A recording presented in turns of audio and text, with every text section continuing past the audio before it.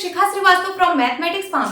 Students, recently अभी NCERT ने अपना सिलेबस रिवाइज किया है, तो मैं उसी रिवाइज सिलेबस को आप लोगों को पढ़ाने वाली हूँ। आज हम लोग क्या पढ़ेंगे? आज हम लोग class 6 chapter 1 that is knowing our number में एक्सरसाइज 1.2 सॉल्व करेंगे। अभी मैंने क्वेश्चन नंबर 1 लिखा है। क्या है पहला question? A book exhibition was held for 4 days in a school. किसी स्कूल में एक बुक एग्जीबिशन रखा गया है 4 दिन के लिए, 4 दिन के लिए। The number of ticket sold at the counter, फिर वहां पे एक काउंटर बनाया गया है, वहां पे टिकट सोल्ड की जा रही है। तो the number of ticket sold at the counter on the first, second and third and final day was respectively. वहां पे जो टिकट काउंटर बना है वहां पे टिकट सोल्ड की जा रही है, और पहले दिन कितनी टिकट सोल्ड हुई है? 1094। दूसरे दिन का दिया है कितनी टिकट सोल्ड हुई? 1812 and third day 2050 and final day 2751 ticket sold हुई है। तो पूछ रहा है find the total number of tickets sold on all the 4 days। तो आपको बताना है कि इस 4 दिनों में कितनी टिकट सोल्ड हुई है टोटल। ओके, तो चलिए सॉल्व करते हैं। यहाँ पे क्या दिया है? यहाँ पे दिया है ticket sold on first day. ये वर्ड प्रॉब्लम है तो हमें वर्ड में ही इसका सोल्यूशन भी देना होगा। तो यहाँ से हम सोल्यूशन लिख रहे हैं। सबसे पहले लिखिए ticket sold on first day. First day कितनी टिकट सोल्ड हुई है? 1094 टिकट्स। फिर लिखिए ticket sold on second day. Second day कितनी टिकट सोल्ड हुई है? 1812 ticket. Now ticket sold on third day. Third day कितना? 2050। फिर ticket sold on final day लिखा है, फाइनल डे लिखिए या फिर फोर्थ डे लिखिए, वो भी क्योंकि 4 ही दिन का एग्जीबिशन था, बट यहाँ पे फाइनल डे लिखा है तो हम यहाँ पे फाइनल डे लिखेंगे। Ticket sold on final day is equals to 2751। अब आपको टोटल नंबर ऑफ टिकट निकालनी है, तो ये हर एक दिन की टिकट दी गई है, टोटल कैसे करेंगे? इन सबको ऐड कर लेंगे। तो लिखिए total number of tickets sold on all the 4 days is equals to, सबको ऐड कर लीजिए। तो यहां पे लिखिए 1094 प्लस 1812 प्लस 2050 प्लस 2751। इन सबको ऐड करके यहाँ पे आंसर लिखना है। तो चलिए ऐड करिए। मैं यहाँ पे ऐड करती हूँ 1094, 1812, 2050 एंड 2751। 4, 4, 2, 6, 6, 1, 7। उसके बाद 9, 1, 10, 10, 5, 15, 15, 5, 20, 20 का 0 कैरी आया 2, 8, 7, 15, 15 to 17, 17 का 7 कैरी आया 1, 2, 2, 4, 5, 6, 6, 1, 7। तो टोटल नंबर ऑफ टिकट कितनी सोल्ड हुई? 7707। इतनी टिकट्स सोल्ड हुई उन 4 दिनों में। ओके, यही आपका आंसर है। Now move to the next question. Question number 2। Shekhar is a famous cricket player. Shekhar एक आदमी है, वो एक फेमस क्रिकेट प्लेयर है। He has so far scored 6980 runs in test matches. उसने अब तक टेस्ट मैच में 6980 रन बनाया है। He wishes to complete 10,000 runs. वो चाहता है कि वो 10,000 रन कंप्लीट करे। तो how many more runs does he need? उसको कितने रन की जरूरत है 10,000 रन कंप्लीट होने में? अब तक उसने 6980 रन बनाए हैं और वो बनाना चाहता है 10,000 रन। तो उसको कितने रन की अभी जरूरत है? तो सब्ट्रैक्ट कर देंगे 10,000 में से इसको, तो पता चल जाएगा उसको कितने रन की और जरूरत है। जैसे सपोज मैंने आपको 5 टॉफी दी और आप चाहते हो कि आपको 10 टॉफी मिले। आप चाहते हो कि आपको 10 टॉफी मिले, तो कितने टॉफी की जरूरत है 10 होने में?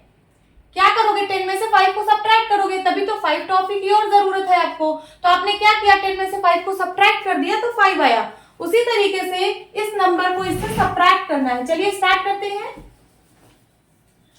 लिखिए Shekhar scored runs till now. Shekhar ने अब तक कितने रन बनाए हैं? अब तक उसने 6,980 रन्स बनाए हैं। उसके बाद ही विशेस, वह चाहता है टू कंप्लीट 10,000 रन्स। वो चाहता है कि वो 10,000 रन बनाए, तो उसको कितने रन की जरूरत है? लिखिए, Shekhar needs run to complete 10,000 complete होने में उसको कितना रन की जरूरत है? नीड का मतलब जरूरत है, कितने रन की जरूरत है? सो 10,000 माइनस 6,980, इन दोनों को सब्ट्रैक्ट कर दीजिए, आंसर आ जाएगा। तो यहाँ पे हम सब्ट्रैक्ट करेंगे 10,000 एंड 6,980। यहाँ पे 0 है, कैरी ले आइए, 10 बनेगा, 10 में से 0 गया 9, और यहाँ पे 9 है, 9 में से 8 गया 1, 9 में से 9 गया 0, और यहाँ 9 बचा है, 9 में से 6 गया 3। तो इसको कितने रन की जरूरत है? अभी इसको 3019 रन्स की जरूरत है 10,000 रन कंप्लीट करने में। यही आपका आंसर है। This is your answer. Now move to the next question. Question number 3.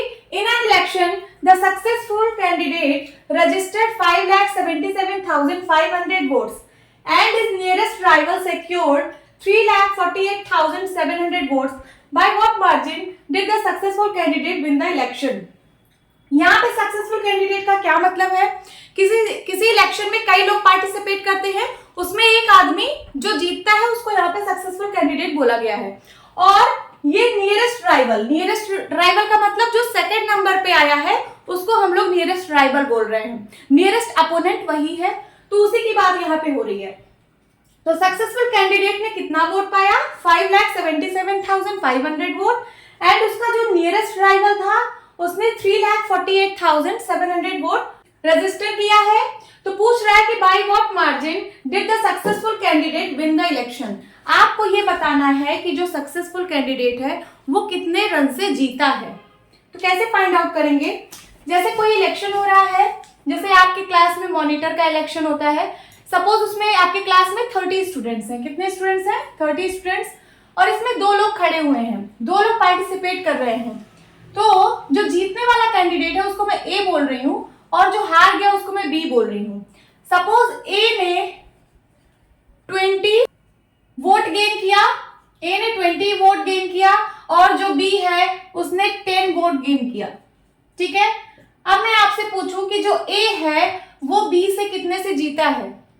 A by monitor बन गया क्योंकि ए ज्यादा वोट पा रहा है और बी 10 वोट पा रहा है, तो जीता कौन? जीता तो ये ना। तो ये कितने वोट से ये जीता है, तो कैसे निकालेंगे? इसमें से इसको माइनस कर देंगे तो हमें पता चल जाएगा कि कितने वोट से ये जीता है। तो हमने क्या किया, इसमें से इसको माइनस कर दिया 10 वोट से ये ए जीता है। उसी तरीके से यहाँ पे भी हम सब्ट्रैक्ट करके फाइंड आउट करेंगे कि जो सक्सेसफुल कैंडिडेट है वो राइवल से कितने वोट से जीता है। चलिए स्टार्ट करते हैं सॉल्यूशन। लिखिए यहाँ पे, successful candidate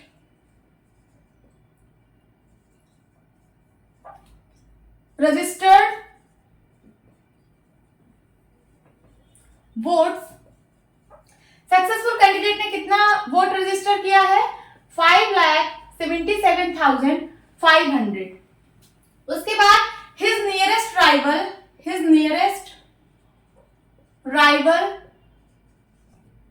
registered votes is equals to 3,48,700।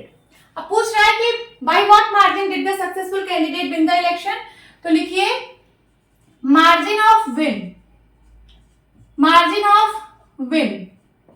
क्या होगा? इसमें से इसको सब्ट्रैक्ट कर देंगे। 5,77,500 माइनस 3,48,700। यहां पे माइनस करते हैं 5,77,500 एंड 3,48,700।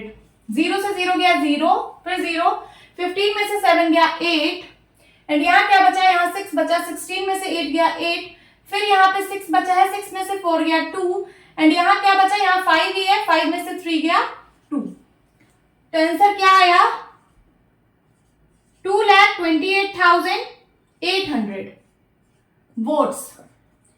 इतने वोट से सक्सेसफुल कैंडिडेट जीता है। तो आप इसको वर्ड्स में लास्ट में लिख दीजिएगा, क्या लिखेंगे, सक्सेसफुल कैंडिडेट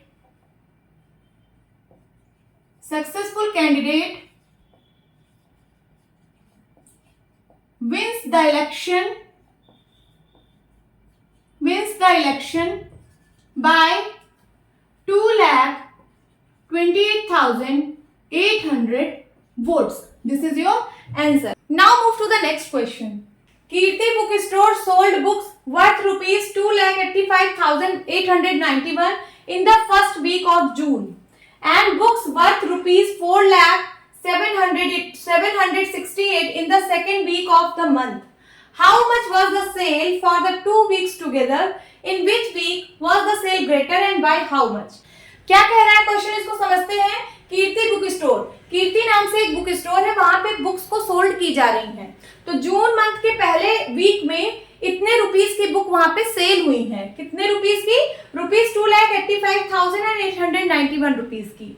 उसके बाद in the second week of the month, इसी मंथ में, जून मंथ में सेकेंड वीक में इतने रुपीस की बुक वहां पे सोल्ड हुई है, मीन्स रुपीस 4,768 रुपीस की बुक सेकेंड वीक में सोल्ड हुई है। तो पूछ रहा है how much was the sale for the 2 weeks together. तो उन दोनों वीक्स को मिलाकर कितने रुपए की बुक सोल्ड हुई है, ये आपको बताना है। ये पहला क्वेश्चन है। सेकेंड क्वेश्चन पूछा है in which week was the sale greater and by how much. Second question पूछ रहा है कि किस वीक में ज्यादा सेल हुई है। तो आपको यहां से कंपैरिजन करना है। चलिए क्वेश्चन स्टार्ट करते हैं। वर्ड बेस्ड प्रॉब्लम है, तो हम इसको वर्ड में ही इसका सोल्यूशन हम लोग देंगे। तो चलिए सोल्यूशन लिखते हैं। लिखिए, in the first week of जून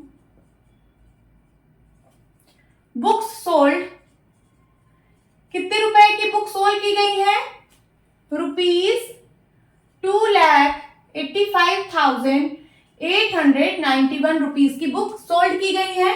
फिर उसके बाद in the second week of June, इसी महीने में सेकेंड वीक में कितनी बुक सोल्ड की गई है, book sold is equals to rupees 4,768, 4,768। अब पूछ रहा है कि इन दोनों वीक्स की टोटल सेल कितनी है, तो उसको निकाल लेते हैं। लिखिए, in the 2 weeks of June books sold in the 2 weeks together in the 2 weeks together of June books sold is equals to, इन दोनों को ऐड कर देंगे तो हमें पता चल जाएगा कि दोनों वीक में कितनी बुक सोल्ड हुई है, कितने रुपए की। तो इन दोनों को ऐड कर दीजिए, तो हो जाएगा रुपीज 2,85,891 प्लस रुपीज 4,768। दोनों को ऐड करिए, कितना हो जाएगा, 81996 15, कैरी आया 1 बन गया ये, 8816, कैरी आया 1 6, फिर 8 एंड 4 2 6, तो हो गया 6,86,659 रुपीज की बुक सोल्ड हुई है दोनों वीक को मिलाकर। अब सेकेंड क्वेश्चन क्या पूछ रहा है, in which week was the sale greater and by how much. तो पूछ रहा है कि बाय हाउ मच मतलब कितने से ज्यादा हुई है। तो इन दोनों का सबसे पहले हम डिफरेंस निकाल लेते हैं, उसके बाद फाइनल आंसर हम लोग एक लाइन में लिख देंगे। तो क्या पूछ रहा है कि कौन से वीक में ज्यादा सेल हुई है और कितने से ज्यादा सेल हुई है। तो पहले कितने से ज्यादा हुई है, पहले वो हम फाइंड आउट कर लेते हैं डिफरेंस निकाल के। तो लिखिए, difference is equals to, difference कितना आएगा, दोनों को सबट्रैक्ट करिए। रुपीज, बड़े में से छोटे को सबट्रैक्ट किया जाता है, तो पहले मैं बड़ा वाला नंबर लिख रही हूँ 4,768 माइनस रुपीज 2,85,891। इसको इसमें सब्ट्रैक्ट करिए। 8 में से 1 गया 7, फिर 16 में से 9 गया 7, उसके बाद यहाँ 6 बचा, 16 में से 8 गया 8, देन कॉमा, यहाँ बचा 9, 9 में से 5 गया 4, फिर यहाँ पे 9 है, 9 में से 8 गया 1, एंड यहाँ 3 बचा है, 3 में से 2 गया 1। तो क्या आंसर आया, डिफरेंस क्या आया, 1,14,877। मीन्स इन दोनों वीक का मैंने डिफरेंस फाइंड आउट किया और डिफरेंस मुझे मिला ये। इसका मतलब है कि सेकेंड वीक में ज्यादा सेल हुई थी, ज्यादा रुपीस की सेल हुई थी, और कितनी ज्यादा हुई थी पहले वीक से, इतनी ज्यादा हुई थी। तो चलिए अब एक लाइन में आंसर लिखते हैं। लिखिए इन, पूछ रहा है in which week was the sale greater, तो in second week, in second week the sale was greater and by how much पूछ रहा है ना, तो लिखिए एंड बाय कितना, ये 1,14,877। Okay students, now move to the next question. Question number 5. Find the difference between the greatest and least 5-digit numbers that can be written using the digits 6, 2, 7, 4, 3 each only once. आपको ये जो digits दी गई हैं, कितनी digit दी गई है, 1, 2, 3, 4, 5 different digit दी गई है। इसी डिजिट की हेल्प से आपको ग्रेटेस्ट 5 डिजिट नंबर बनाना है और स्मॉलेस्ट 5 डिजिट नंबर बनाना है, ईच ओनली वंस। हर एक डिजिट का सिर्फ एक बार यूज करना है, किसी डिजिट को रिपीट नहीं करना है। तो चलिए सबसे पहले हम ग्रेटेस्ट 5 डिजिट नंबर लिखते हैं। यहाँ पे ग्रेटेस्ट 5 डिजिट नंबर क्या बनेगा इस डिजिट की हेल्प से, तो हम नंबर्स को डिसेंडिंग ऑर्डर में लिखते हैं। सबसे बड़ा नंबर, सबसे बड़ा डिजिट, फिर उससे छोटा डिजिट, फिर उससे छोटा, और फिर उससे छोटा, फिर सबसे छोटा, ऐसे हम नंबर को यहाँ पे लिखेंगे। तो 7, 6, 4 के बाद 3 है और सबसे छोटा 2 है। ये बन गया मेरा ग्रेटेस्ट 5 डिजिट नंबर। फिर स्मॉलेस्ट 5 डिजिट नंबर लिखेंगे। स्मॉलेस्ट 5 डिजिट नंबर ये कैसे बनेगा, जब ग्रेटेस्ट लिख लिया तो इसी का उल्टा स्मॉलेस्ट हो जाएगा। तो यहां से स्टार्ट करिए 2, 3, 4, 6, 7, ये स्मॉलेस्ट नंबर बन गया। इन दोनों का डिफरेंस फाइंड आउट करना है, सबट्रैक्ट कर दीजिए। Difference is equals to 7, 6, 4, 3, 2 minus 2, 3, 4, 6, 7। Subtract करिए यहां साइड में लिख के।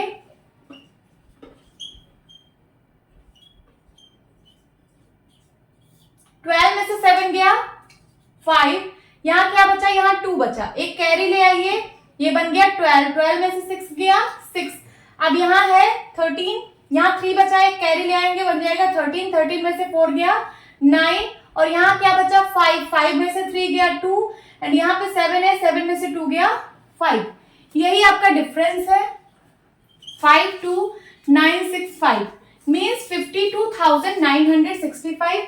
ये आपका डिफरेंस है और यही पूछा था। Now move to the next question.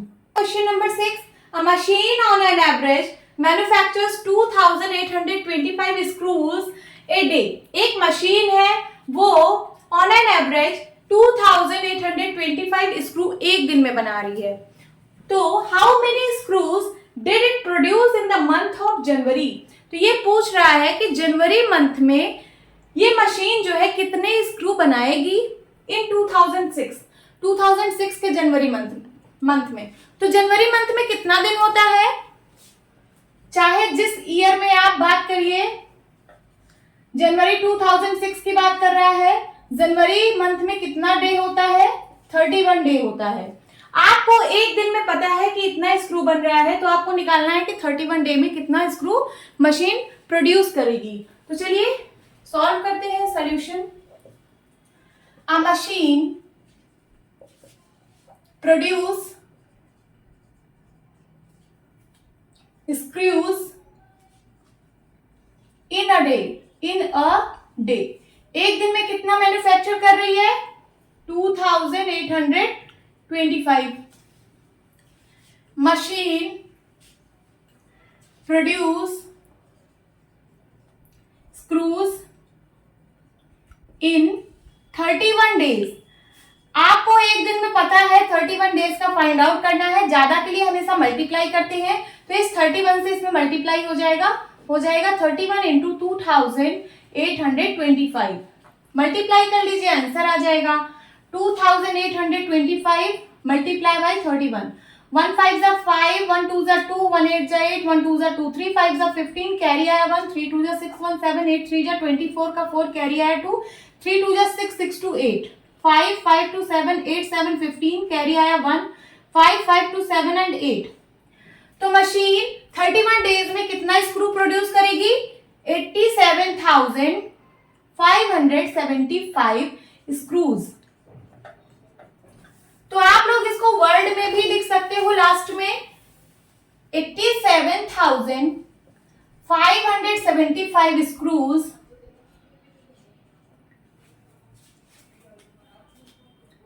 did machine produce in the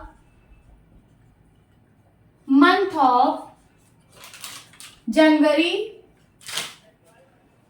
2006. This is your answer. Question number 7. A merchant had rupees 78,592 with her.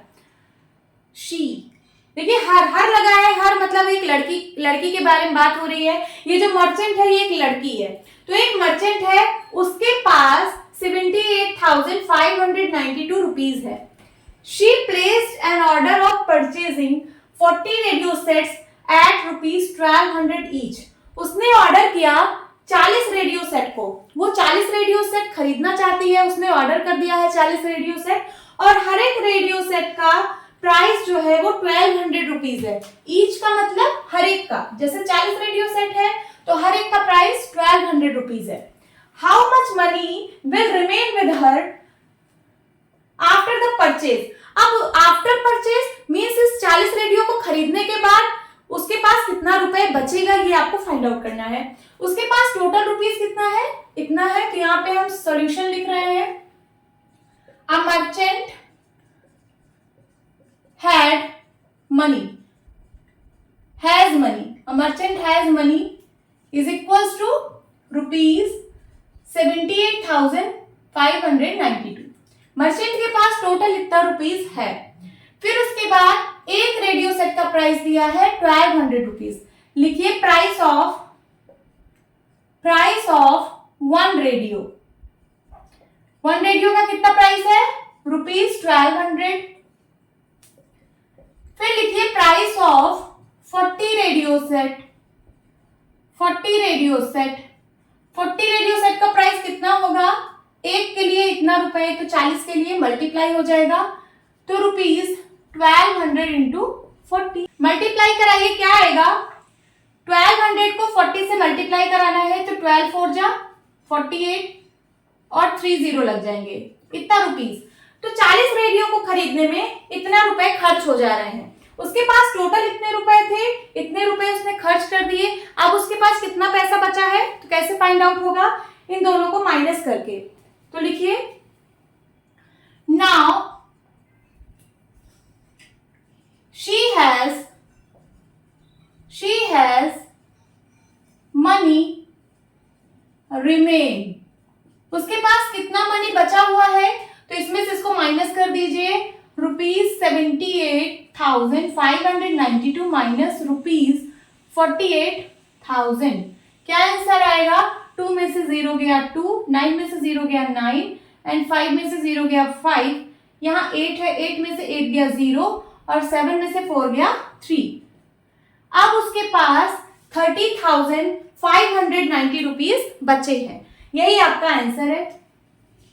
Now move to the next question. Question number 8. A student multiplied 7,236 by 65. एक student ने 7,236 को 65 से multiply कर दिया. Instead of multiplying by 56, उसको करना 56 से था, उसने गलती से 65 से मल्टीप्लाई कर दिया इस नंबर में। तो bye how much was his answer greater than the correct answer, उसको करना 56 से था, इस नंबर को 7236 को 56 से मल्टीप्लाई करना था, बट उसने 7236 को 65 से मल्टीप्लाई कर दिया। तो किसमें ज्यादा वैल्यू आएगी, मतलब किसको मल्टीप्लाई करके, 56 से मल्टीप्लाई करके या 65 से मल्टीप्लाई करके। ऑब्वियसली 65 बड़ा नंबर है, तो अगर मैं इस नंबर में 65 का मल्टीप्लाई कराऊंगी तो यहाँ जो वैल्यू आएगी वो बड़ी वैल्यू आएगी। तो वही कह रहा है कि bye how much was his answer greater than the correct answer, ये इसका करेक्ट आंसर होने वाला था। अगर ये 56 से मल्टीप्लाई करा देता तो ये इसका करेक्ट आंसर होता, बट उसने गलती से 65 से मल्टीप्लाई करा दिया है, तो इसका आंसर कुछ अलग आ रहा है और इससे तो ज्यादा ही आएगा, इससे ग्रेटर आएगा जो भी आएगा। तो ये पूछ रहा है कि कितना ग्रेटर आएगा, करेक्ट आंसर से कितना ग्रेटर आएगा, यही आपको बताना है। तो चलिए पहले दोनों को मल्टीप्लाई कर लेते हैं। 6 6 जा 36, कैरी आया 3, 6 3 जा 18, 19 20 21, कैरी आया 2, 6 2 जा 12, 12 2 14, कैरी आया 1, 7 6 जा 42, 42 1 45, 5 6 जा 30, कैरी आया 3, 5 3 जा 15, 15 3, 18, कैरी आया 1, 5 2 जा 10, 10 1 11, कैरी आया 1, 7 5 जा 35, 35 1 36। ऐड करिए 6 1 8 4 12, कैरी आया 1, 5 2 7, 6 4 10, कैरी आया 1 4। इसका आंसर ये आया, ये इसका करेक्ट आंसर होने वाला था। अगर ये 56 से मल्टीप्लाई करा देता तो इसका करेक्ट आंसर यही होता, बट इसने गलती से 65 से मल्टीप्लाई करा दिया। तो चलिए इसको मल्टीप्लाई करके देखते हैं क्या आंसर आता है।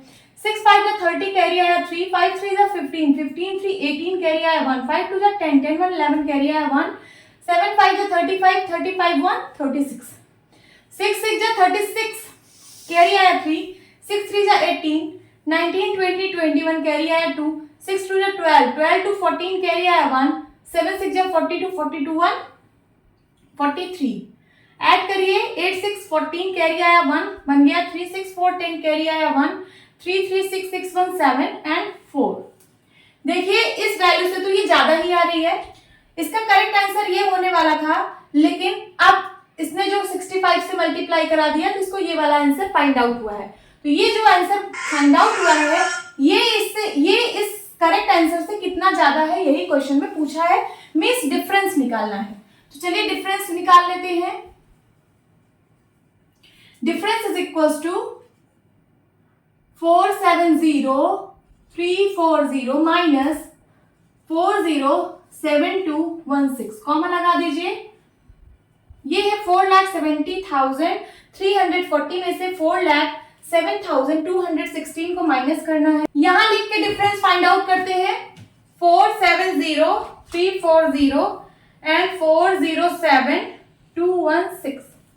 चलिए डिफरेंस निकालिए। 10 में से 6 गया 4, यहाँ बचा 3, 3 में से 1 गया 2, और यहाँ क्या है, यहाँ 3 है, 3 में से 2 गया 1। फिर यहाँ पे कैरी ले आएंगे, बनेगा 10, 10 में से 7 गया 3, यहाँ बचा 6।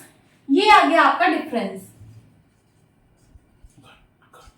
यही आंसर है। Now move to the next question. Question number 9, to stitch a shirt, एक शर्ट को स्टिच करने में, स्टिच का मतलब सिलने में, एक शर्ट को स्टिच करने में 2 metre 15 centimetre cloth is needed. Means 2 metre 15 centimetre cloth की जरूरत है एक शर्ट को सिलने में। Out of 40 metre cloth how many shirts can be stitched and by how much cloth will remain. अगर आपको मैं ऐसे 40 मीटर कपड़ा दे दूं तो आप उसमें से कितनी शर्ट स्टिच कर पाओगे इसी साइज की, मीन्स 2 मीटर 15 सेंटीमीटर कपड़े की ऐसे कितनी शर्ट आप बना पाओगे अगर आपको मैं 40 मीटर कपड़ा दे दूं तो। And how much cloth will remain, और कितना कपड़ा बच जाएगा ये भी आपको बताना है। तो चलिए स्टार्ट करते हैं। हिंट दिया है convert the data in centimetre. सबसे पहले ये मीटर और सेंटीमीटर में दिया है, यहाँ पे मीटर में दिया है, तो सबको पहले एक यूनिट में कन्वर्ट करते हैं। 1 मीटर में कितना सेंटीमीटर होता है, 100 सेंटीमीटर होता है। तो यहाँ पे दिया है 2 मीटर दिया है, तो 2 मीटर में कितने सेंटीमीटर, 2 × 100 सेंटीमीटर हो जाएगा, तो हो जाएगा दैट इज 200 सेंटीमीटर। और यहाँ 15 सेंटीमीटर तो था ही, तो 2 metre 15 centimetre is equals to हो जाएगा 200 plus 15 centimetre, that is 215 centimetre. हमने इसको पूरा सेंटीमीटर में कन्वर्ट कर दिया है। और उसी तरीके से 40 मीटर को भी सेंटीमीटर में कन्वर्ट करिए। 40 मीटर इज इक्वल्स टू क्या हो जाएगा, 1 मीटर में 100 सेंटीमीटर, तो 40 मीटर में 40 into 100 centimetre is equals to 4000 centimetre. तो अब मैं 40 मीटर की जगह 4000 सेंटीमीटर लिखूंगी और 2 मीटर 15 सेंटीमीटर की जगह 257 सेंटीमीटर लिखूंगी। अब देखिए आपके पास 40 मीटर टोटल कपड़ा है, ये सपोज ये 40 मीटर का एक कपड़ा है इतना बड़ा सा, इसमें से मैं 215 सेंटीमीटर को कट कर रही हूँ, इतना ही होगा 215 सेंटीमीटर। टोटल कपड़ा कितना है, यहाँ लिख लेती हूँ 4000 सेंटीमीटर का। अब मैंने सबको सेंटीमीटर में चेंज कर दिया है। टोटल कपड़ा मेरे पास 4000 सेंटीमीटर है, इसमें से मैंने 215 सेंटीमीटर कपड़ा कट कर दिया, इससे एक शर्ट बनेगी। तो और बाकी जो बचे कपड़े हैं इनसे आप कितनी शर्ट बना पाओगे यही आपको बताना है। तो हमें नहीं पता कि हम कितनी शर्ट बना पाएंगे, तो हमें मानना पड़ेगा let x shirts can be made from 4000 centimetre cloth. हमने मान लिया कि इस 4000 सेंटीमीटर क्लॉथ से हम एक शर्ट बना पाएंगे। कितनी शर्ट बना पाएंगे, एक शर्ट। और टोटल लेंथ ऑफ क्लॉथ कितना दिया है, टोटल लेंथ ऑफ क्लॉथ यहां लिख लीजिए, यही है total length of cloth 4000 centimetre. अब क्लॉथ कितना जरूरत है एक शर्ट को बनाने में, लिख लीजिए cloth is needed to stitch a shirt. एक शर्ट को बनाने में कितना क्लॉथ लग रहा है, 215 सेंटीमीटर क्लॉथ लग रहा है। So cloth is needed to stitch x shirts. हमने मान रखा है कि हम इस कपड़े से एक शर्ट बना पाएंगे, तो एक शर्ट को बनाने में कितना कपड़ा लगेगा, एक शर्ट को बनाने में 215 सेंटीमीटर कपड़ा लग रहा है, तो एक शर्ट को बनाने में कितना कपड़ा लगेगा, मल्टीप्लाई हो जाएगा, 215 इंटू एक्स हो जाएगा, तो 215 एक्स इतना सेंटीमीटर क्लॉथ लगेगा। और टोटल आपको पता है कि 40 मीटर क्लॉथ गिवन है, और यहाँ पे इस एक्स शर्ट को बनाने में कितना क्लॉथ लग रहा है, इतना क्लॉथ लग रहा है, तो दोनों को इक्वल कर देंगे। चलिए दोनों को इक्वल कर देते हैं। यहाँ पे है 215 into x is equal to 40 metre. 40 metre का मतलब 4000 सेंटीमीटर। यहां से हम एक्स की वैल्यू फाइंड आउट करेंगे। तो देखिए हम यहाँ से सेंटीमीटर हटा रहे हैं, क्योंकि ये भी सेंटीमीटर में है, ये भी सेंटीमीटर में है, दोनों यूनिट सेंटीमीटर में है, तो उसको हम हटा रहे हैं। अब हमें एक्स की वैल्यू यहाँ से निकालनी है। इधर 215 मल्टीप्लाई में है, इक्वल टू के उस साइड जाएगा तो डिवाइड में हो जाएगा। यहाँ पे है 4000 और यहाँ पे है 215। 4000 को 215 से डिवाइड करना है। चलिए डिवाइड करते हैं। 215 वन जा 215, माइनस करिए, 10 में से 5 गया 5, यहाँ बचा 9, 9 में से 1 गया 8, और यहाँ बचा 3, 3 में से 2 गया 1। अब यहाँ पे एक 0 है, यहाँ आ जाएगा। अब कितनी बार हम इसको ले जाएंगे, 2 8 जा 16, 8 बार ले जाके देखते हैं। 215 इंटू 8, 8 5 जा 40, कैरी आया 4, 8 1 जा 8, 8 4 12, कैरी आया 1, 8 2 जा 16, 16 1 17। तो यहाँ 8 लिखिए और यहाँ क्या लिखेंगे 1720। सब्ट्रैक्ट करिए, 0 5 में से 2 गया 3, 8 में से 7 गया 1। तो ऐसे ही आप 18 शर्ट बना सकते हो। x की वैल्यू आपको फाइंड हो गई क्या, 18, और x क्या था, x था कि आप कितनी शर्ट बना सकते हो इस क्लॉथ से। तो आपको पता चल गया। तो आप लोग 18 शर्ट बना सकते हो इस 4000 सेंटीमीटर क्लॉथ से। और कितना कपड़ा बच जाएगा, ये जो रिमाइंडर आया है यही आपका कपड़ा बच रहा है और यूनिट क्या होगी, सेंटीमीटर, क्योंकि सारी यूनिट सेंटीमीटर में थी। तो चलिए इसको आप एक स्टेटमेंट में लिख लीजिए। इसमें हिंट को हटा देती हूं और यहाँ पे मैं स्टेटमेंट लिख रही हूं। लिखिए 18 shirts can be stitched in कितने metre cloth, 40 metre cloth and, और कितना सेंटीमीटर कपड़ा बच रहा है ये भी पूछ रहा है ना, and how much cloth will remain, तो 130 centimetre cloth will remain. This is your answer. ये स्टेटमेंट आप लोग नीचे लिखना। Okay, now move to the next question. Question number 10, medicine is packed in boxes. कुछ मेडिसिन है उनको बॉक्स में पैक किया जा रहा है, each weighing 4 kilogram 500 gram. How many such boxes can be loaded in a van which can not carry beyond 800 kilogram. इसका मतलब समझते हैं, कुछ मेडिसिन हैं उनको बॉक्स में पैक किया जा रहा है, ऐसे ढेर सारे बॉक्सेस को ऐसे बनाया जा रहा है, इसमें मेडिसिन रखी गई हैं, हर एक बॉक्स में मेडिसिन रखी गई हैं और हर एक बॉक्स का वेट कितना है, 4 किलोग्राम 500 ग्राम। इसका भी वेट वही है, इसका भी वेट वही है, कई सारे बॉक्सेस में ऐसे मेडिसिन पैक की गई हैं और सारे बॉक्स का वेट इतना इतना है। अभी आपको यहाँ पे 2 यूनिट देखने को मिल रही है, किलोग्राम और ग्राम। सबसे पहले हम इसको एक यूनिट में कन्वर्ट कर लेते हैं। तो 1 किलोग्राम में कितना ग्राम होता है, 1000 ग्राम। तो 4 किलोग्राम में कितना ग्राम होगा, 4 into 1000 है ना, ग्राम इज इक्वल टू 4000 ग्राम होगा। तो 4 किलोग्राम को 4000 ग्राम लिख सकते हैं और क्या है, 500 ग्राम है। तो टोटल 4 किलोग्राम 500 ग्राम को हम क्या लिख सकते हैं, हम लिख सकते हैं 4000 gram plus 500 gram is equal to 4500 gram. मतलब ये जितने भी बॉक्सेस हैं उनका हर एक का वेट 4500 ग्राम है। अब कह रहा है कि how many such boxes can be loaded in a van. अब इन बॉक्सेस को वैन में लोड किया जा रहा है which can not be carry beyond 800 kilogram. Means van की वेइंग कैपेसिटी इतनी ही है 800 किलोग्राम, इससे ज्यादा वेट वैन कैरी नहीं कर सकती। तो चलिए सॉल्व करते हैं।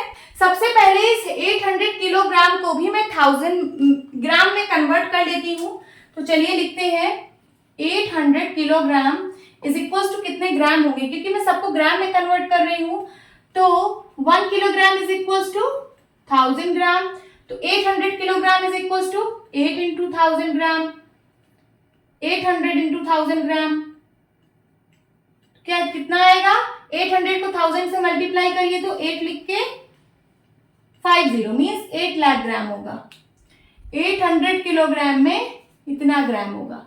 तो चलिए सबसे पहले लिखते हैं total weighing capacity of van. लिखिए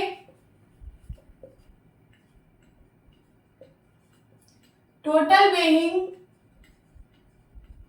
कैपेसिटी ऑफ वैन। वैन की कितनी कैपेसिटी है, 800 किलोग्राम। वैन इससे ज्यादा लोड कैरी नहीं कर सकता है। अब हमें यह भी नहीं पता है कि ऐसे कितने बॉक्सेस उस वैन में लोड किए जाएंगे। हर एक बॉक्स का वेट 5000 ग्राम है, 4500 ग्राम है। ऐसे कितने बॉक्स हम वैन में लोड कर सकते हैं कि इस वैन में इससे ज्यादा लोड ना हो, 800 किलोग्राम से ज्यादा लोड ना हो। तो हम मान लेते हैं कि हम ऐसे x बॉक्सेस को वैन में लोड कर सकते हैं। तो मान लीजिए यहाँ पे let x boxes can be loaded in a van. हमने मान लिया कि हम x बॉक्सेस को वैन में लोड कर सकते हैं। अब एक बॉक्स का वेट कितना है, यहां पे लिखिए वेट ऑफ वन बॉक्स का वेट कितना है, 4500 ग्राम है। तो बताइए x बॉक्स का वेट कितना होगा, वेट ऑफ x बॉक्सेस का वेट कितना होगा, एक बॉक्स का वेट इतना है तो x बॉक्स का वेट कितना होगा, मल्टीप्लाई हो जाएगा, ज्यादा के लिए मल्टीप्लाई, तो यहां पे हो जाएगा 4500 इंटू x ग्राम। अब वैन की कैपेसिटी कितनी है 800 किलोग्राम। इसको सबसे पहले यहाँ पे ग्राम में लिखिए, क्या आया था 8 लाख ग्राम आया था ना, हम ग्राम में सबको कन्वर्ट करके चल रहे हैं। तो वैन की टोटल कैपेसिटी कितनी है 8 लाख ग्राम। और हमें पता है कि हम टोटल बॉक्स इतना ही वैन में रख सकते हैं, तो जो बॉक्स हमने रखा है एक्स बॉक्स, उसकी वजह से इतना वेट आया है। तो ये जो वेट है इसके बराबर होगा, तो यहाँ पे लिखिए 4500x is equals to 8 lakh. दोनों की यूनिट ग्राम में है, इसलिए हम यहाँ पे यूनिट नहीं लिख रहे हैं। अब यहाँ से हम x की वैल्यू निकालेंगे, यहाँ पे ये मल्टीप्लाई में है 4500, इस साइड आएगा तो डिवाइड में हो जाएगा, तो 8 लाख डिवाइड बाय 4500, 2 जीरो से 2 जीरो कैंसिल आउट हो जाएगा। 8000 को 45 से डिवाइड करिए, 8000 को 45 से डिवाइड करना है। 45 1 जा 45, 10 में से 5 गया 5, और यहाँ क्या बचा 7 में से 4 गया 3, और यहाँ एक जीरो ले लेंगे। आप 45 को कितनी बार ले जाएंगे 7 बार ले जाते हैं, तो 45 7 जा कितना होगा, यहाँ पे मल्टीप्लाई कराते हैं। 7 5 जा 35, कैरी आया 3, 7 4 जा 28, एंड 28 में 3 ऐड करेंगे तो 31, तो इससे कम आ रहा है, इसका मतलब सही है 315 होगा। अब 10 में से 5 गया 5, यहाँ बचा 4, 4 में से 1 गया 3, ये रिमाइंडर है। तो आंसर कितना आया 17, x की वैल्यू आ गई 17। मीन्स आप ऐसे 17 बॉक्सेस को वैन में लोड कर सकते हो और इतना ग्राम बच जाएगा। ये 35 ग्राम विल रिमेन। यहाँ पे पूछा नहीं है कि कितना रिमेन बचेगा, तो इसको आपको लिखने की जरूरत नहीं है, बट 30 ग्राम आपका बच जाएगा। 30 ग्राम उस वैन में लोड नहीं हो पाएगा। कितना बॉक्स लोड हो पाएगा 17 बॉक्स। तो आप इसका आंसर वर्ड में लिख लीजिए। क्या पूछा था, how many such boxes can be loaded in a van which can not be carry beyond 800 kilogram. तो लिखिए 17 such boxes can be loaded in the van। यही आपका आंसर है। Now move to the next question। Question number 11। The distance between the school and student's house is 1 kilometer 875 meter। Every day she walks both ways। Find the total distance covered by her in 6 days। सबसे पहले आपको यहाँ पे 2 unit देखने को मिल रही है, इसको मैं 1 यूनिट में कन्वर्ट करती हूँ। 1 किलोमीटर 875 मीटर है, 1 किलोमीटर 875 मीटर, इसको सबको मीटर में कन्वर्ट कर देंगे तो क्या हो जाएगा 1875 मीटर। अब यहाँ पे देखिए ये स्टूडेंट का घर है, ये स्टूडेंट का घर है, ये घर से स्कूल जाती है अपने, ये उसका स्कूल है। क्या है, स्कूल है। और ये क्या है, ये हाउस है। ये अपने हाउस से स्कूल डेली जाती है और दोनों के बीच की डिस्टेंस कितनी है, यहाँ पे दिया हुआ है 1 kilometre 875 metre, means 1875 metre. Okay, तो पहले ही अपने हाउस से स्कूल जाती है, फिर स्कूल से घर आती है एक दिन में। पहले वो अपने घर से स्कूल जा रही है, फिर स्कूल से घर आ रही है, तो एक दिन में वो कितना डिस्टेंस ट्रेवल कर रही है, तो इसको मल्टीप्लाई बाय 2 कर देंगे, या फिर 1875 प्लस 1875 कर देंगे। तो चलिए स्टूडेंट के द्वारा एक दिन में कितना डिस्टेंस ट्रैवल किया जा रहा है, सबसे पहले वो निकालते हैं। लिखिए distance travel by her in per day वो कितना डिस्टेंस ट्रैवल कर रही है, ये 1875 जा रही है, फिर 1875 आ रही है अपने घर की तरफ, तो कितना हो जाएगा 1875 प्लस 1875 कितना हो जाएगा 5 5 10, कैरी आया 1, 7 7 14 14 1 15, कैरी आया 1, 8 8 16 16 1 17, कैरी आया 1 1 1 2 एंड 3, 3750 मीटर डिस्टेंस ये हर दिन ट्रैवल कर रही है। तो आपको बताना है कि total distance covered by her in 6 days, ये 6 डेज में कितना डिस्टेंस कवर करेगी ये आपको बताना है। तो लिखिए distance covered by her in 6 days एक दिन में वो इतना चल रही है, तो बताइए कि 6 डेज में कितना डिस्टेंस कवर करेगी। तो मल्टीप्लाई हो जाएगा 3750 में 6 का मल्टीप्लाई हो जाएगा, तो आंसर आ जाएगा इतने मीटर डिस्टेंस वो 6 डेज में कवर करेगी। चलिए मल्टीप्लाई कराते हैं। 6 0 0, 6 5 30, कैरी आया 3, 7 6 42, 42 में 3 ऐड करिए 45, कैरी आया 4, 6 3 18, 18 4 22। इतने मीटर डिस्टेंस वो 6 डेज में कवर करेगी।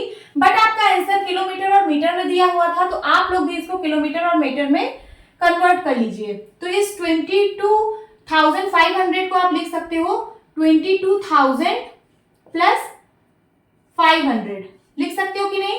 Means 22,000 metre plus 500 metre. 22,000 metre को आप लोग 22 किलोमीटर लिख सकते हो और प्लस का 500 मीटर, तो इसको आप लिख सकते हो 22 किलोमीटर 500 मीटर। यही आपका आंसर है। Now move to the next question. Question number 12, a vessel has 4 litres and 500 ml of curd.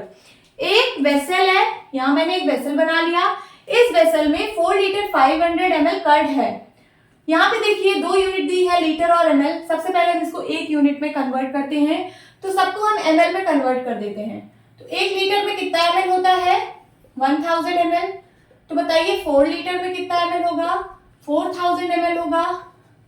और 4 लीटर 500 ml किसके बराबर होगा? ये हो जाएगा 4000 प्लस 500, इसका मतलब 4500 ml के बराबर होगा।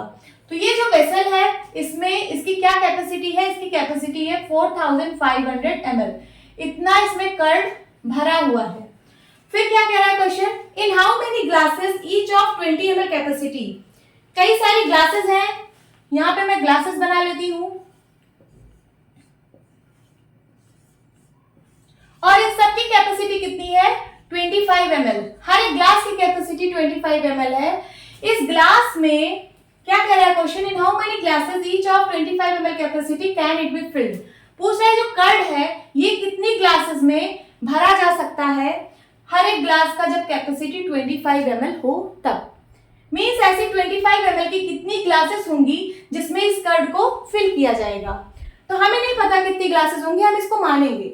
सबसे पहले हम यहां लिखते हैं total capacity of vessel. Total capacity of vessel, vessel की टोटल कैपेसिटी है 4500 ml। उसके बाद कैपेसिटी ऑफ 1 ग्लास हमें पता है, कैपेसिटी ऑफ 1 ग्लास कितना है? 25 ml है। फिर हम मान लेते हैं कि ऐसे x ग्लास फिल की जाएंगी, तो लिखिए let x glasses can be filled. ऐसे x ग्लासेस मान लेते हैं कि फिल की जाएंगी 25-25 ml की। तो कैपेसिटी ऑफ x ग्लासेस कितना हो जाएगा? एक ग्लास की कैपेसिटी 25 ml है, तो x ग्लास की कैपेसिटी कितनी होगी? 25 इंटू एक्स हो जाएगी, 25 इंटू एक्स ml। अब टोटल कैपेसिटी इतनी थी, इस कैपेसिटी को इसके बराबर कर देंगे। चलिए करते हैं। 25x is equals to 4500। दोनों ml में है, इसलिए मैंने यहाँ पे यूनिट नहीं लिखी है। इधर भी ml इधर भी ml, कैंसिल हो जाएगा। x की वैल्यू फाइंड आउट करनी है। x की वैल्यू निकालने के लिए ये 25 यहाँ मल्टीप्लाई में है, इस साइड जाएगा तो डिवाइड में हो जाएगा, तो हो जाएगा 4500 डिवाइड बाय 25। 25 से इसको चलिए डिवाइड करते हैं। 4500 को 25 से डिवाइड करिए। 25 1 जा 25, क्या आ गया? 20 आ गया। अब यहाँ 100 लीजिए। 25 को किससे मल्टीप्लाई कराएंगे? 200 आएगा 8 से, तो हो जाएगा, कट जाएगा और एक जीरो भी बचा है, तो यहाँ पे एक जीरो लग जाएगा। आंसर क्या है? x equal to 180। इसका मतलब ऐसी 180 ग्लासेस को आप फिल कर सकते हो। तो आंसर यहाँ पे क्या पूछा था? In how many glasses each of 25 ml capacity can it be filled. तो आप लिखिए 180 glasses each of 25 ml capacity can it be filled? This is your answer. Hope students आपको ये क्लास अच्छी लगी होगी। तो मिलती हूँ अपनी नेक्स्ट वीडियो में, तब तक के लिए बाय बाय, टेक केयर।